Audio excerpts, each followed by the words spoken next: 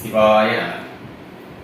இறைவனை காண துடிப்பவர்கள் பக்தர்கள் இறைவனை கண்டு அனைத்து தவ வலிமையா தன்னுடைய ஞானத்தால் இறையை வழிபட்டவர்கள் சித்தர்கள். அந்த சித்தர்கள் இன்னும் நம் மண்ணில் வாழ்ந்து கொண்டுதான் இருக்கிறார். வெள்ளியங்கிரி, சதுரகிரி, திருவண்ணாமலை போன்ற பகுதிகளிலும் கூட அவ்வப்போது சித்தர்களுடைய தோற்றமும் மறைகளும் நடந்து வருகிறது.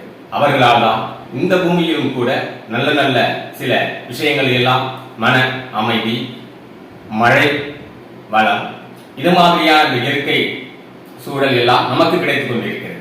அதில் எண்ணற்ற சித்தர்கள் வாழ்ந்த இம்மண்ணில், இந்த புண்ணிய பூமியில் இதற்கு முன்பு நம்முள் தோன்றிய சித்தர்களில் சிலவற்றை இப்பொழுது நாம் பார்க்கலாம். அதில் முதல் சித்தர் என்று சொல்லக்கூடிய அகஸ்தியர் சித்தர், திருமூல சித்தர், இடைக்கால சித்தர், கோரக்கர் சித்தர், கொங்கநாத சித்தர், காகபுஜண்டர் சித்தர், போகர் சித்தர், புலிபாணி சித்தர், கருவூரா சித்தர், மச்சமுனி சித்தர், கமலமுனி, சட்டைமுனி, பிரம்மமுனி, பாம்பாட்டி சித்தர், உதம்பை சித்தர், தேரையர் சித்தர், சிவவாக்கிய சித்தர், பதஞ்சலி சித்தர் என்று சொல்லக்கூடிய 18 சித்தர்களும் இன்றளவும் நம்முள் நமக்கு ஆசிகளை வழங்கி கொண்டு இருக்கிறார்.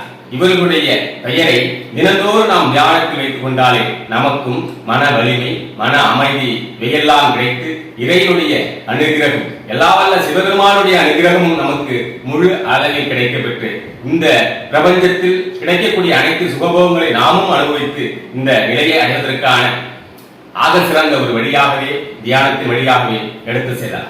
இந்த ரிஷிகளுடைய, முனிவர்களுடைய, சித்தர்களுடைய ஆசீர்வாதங்கள் இருந்தாலே நம்முடைய குலம், நம்முடைய தொன்று தொற்ற சில சாபங்களும் தோஷங்களும் விலகி மேன்மையான வாழ்க்கையை வாழ்ந்து இந்த உலகில் நிம்மதியான ஒரு பூர்த்தியை செய்து சென்று வரக்கூடிய எல்லா வகையிலும் எல்லா வழியும் ஆக சிறந்த அனைத்து மனிதர்களுக்கும் கிடைக்கப்பெற்று மிக சீருடனும் சிறப்புடன் வாழக்கூடிய தன்மையை இந்த சித்தர்கள் நமக்கு அருளாசியாக தருவார்கள். அனைவரும் சித்தர்களை வணங்கி மன மகிழ்வுடன் வாழும் வரவேற்கின்றோம். நன்றி.